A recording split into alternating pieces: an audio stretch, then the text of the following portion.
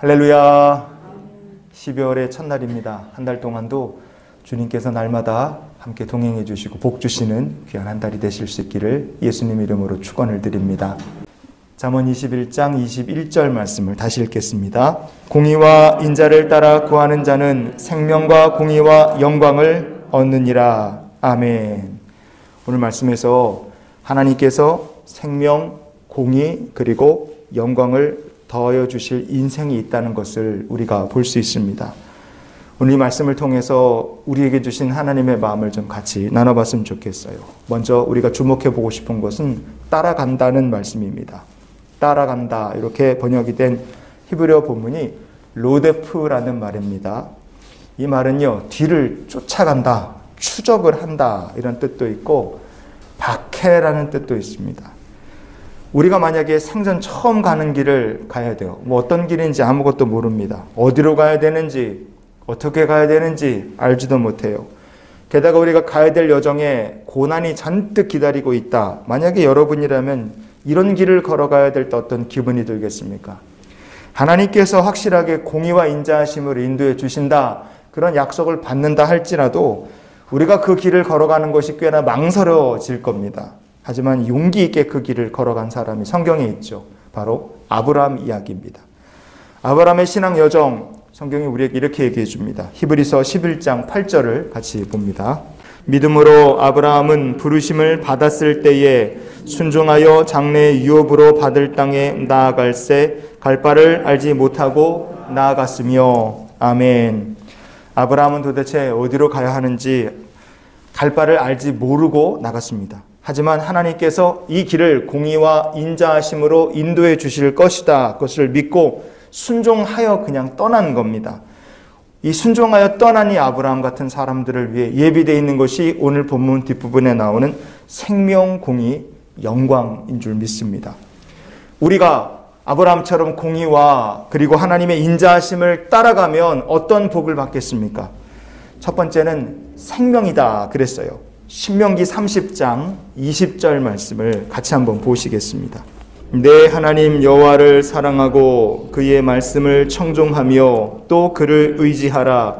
그는 내 생명이시요 내 장수이시니 여호와께서 내 조상 아브라함과 이삭과 야곱에게 주리라고 맹세하신 땅에 내가 거주하리라. 아멘. 이 본문에 생명과 아브라함이라는 말씀이 같이 나옵니다. 생명과 아브라함.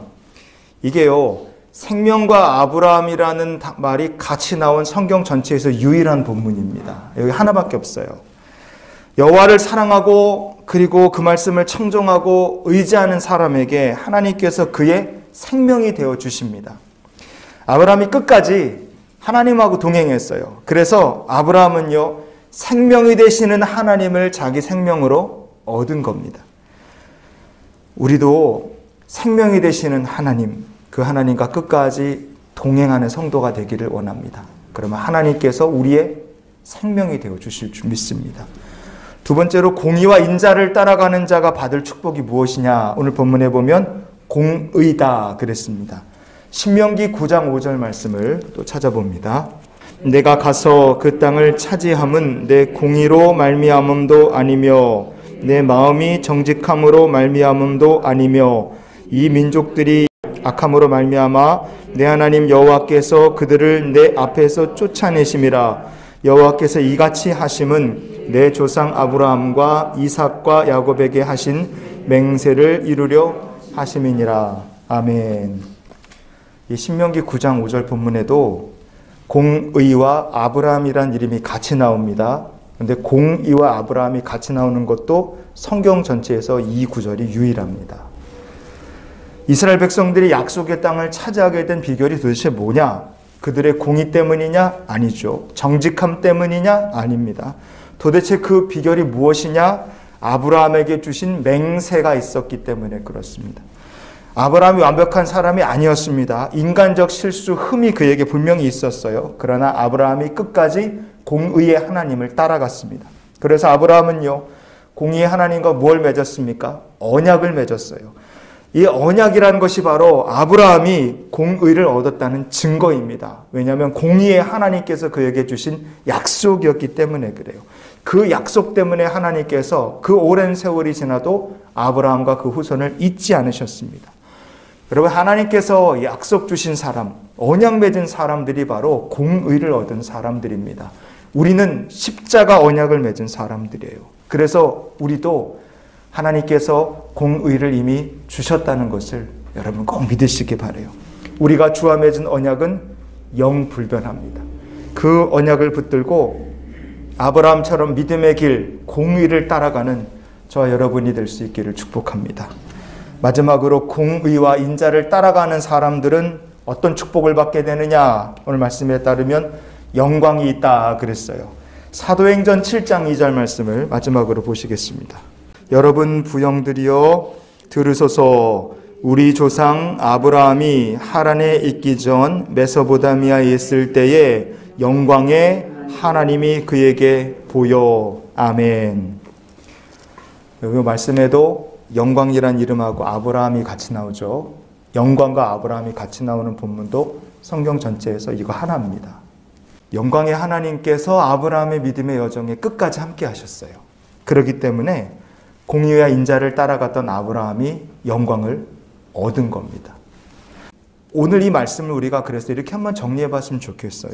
생명, 공의, 영광. 하나님께서 이런 축복을 주시는 사람들이 있는데 도대체 어떤 사람들인가? 공의와 인자를 따라가는 사람이라 그랬습니다. 그럼 그런 사람은 어떻게 산 사람인가? 성경에서 정답을 딱 보여준 거예요. 아브라함 같은 믿음을 가져라 이거예요. 그러니 오늘 우리가 이런 기도로 오늘을 살고 12월을 살았으면 좋겠습니다. 하나님, 언제나 생명, 공의, 영광의 하나님과 동행하는 삶을 살게 해주시옵소서. 주 안에 있는 우리들에겐 다른 근심이 없습니다. 그리고 우리 주와 맺은 언약은 영불변합니다. 우리의 갈 길 멀고 험한 것 같아도 하나님의 공의와 인자하심을 따라 믿음의 길을 걸어가는 귀한 성도들 되시고 하나님 주시는 공의, 생명, 영광의 복을 누리는 아브라함 같은 믿음의 성도들이 다 되시기를 예수님 이름으로 축원을 드립니다.